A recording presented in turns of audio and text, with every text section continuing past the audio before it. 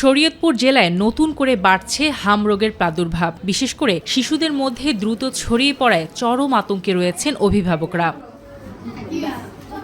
সদর হাসপাতালে গিয়ে দেখা যায় শিশু ওয়ার্ডে রোগীর চাপ কয়েক গুণ বেশি। পর্যাপ্ত বেডের অভাবে অনেক শিশুকে মেঝেতে রেখেই চিকিৎসা দিতে বাধ্য হচ্ছেন স্বজনরা।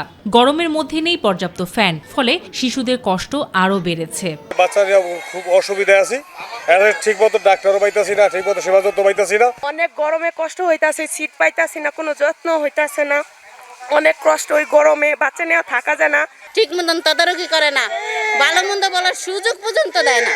প্রয়োজনের সময় চিকিৎসক না পাওয়া এবং যোগাযোগে ব্যর্থতার অভিযোগ করেছেন রোগীর স্বজনরা।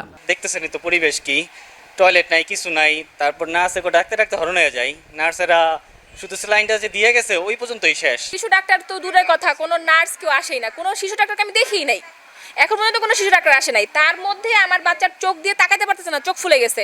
পরিস্থিতি নিয়ন্ত্রণে জনগণকে সচেতন হওয়ার পরামর্শ দেন তিনি।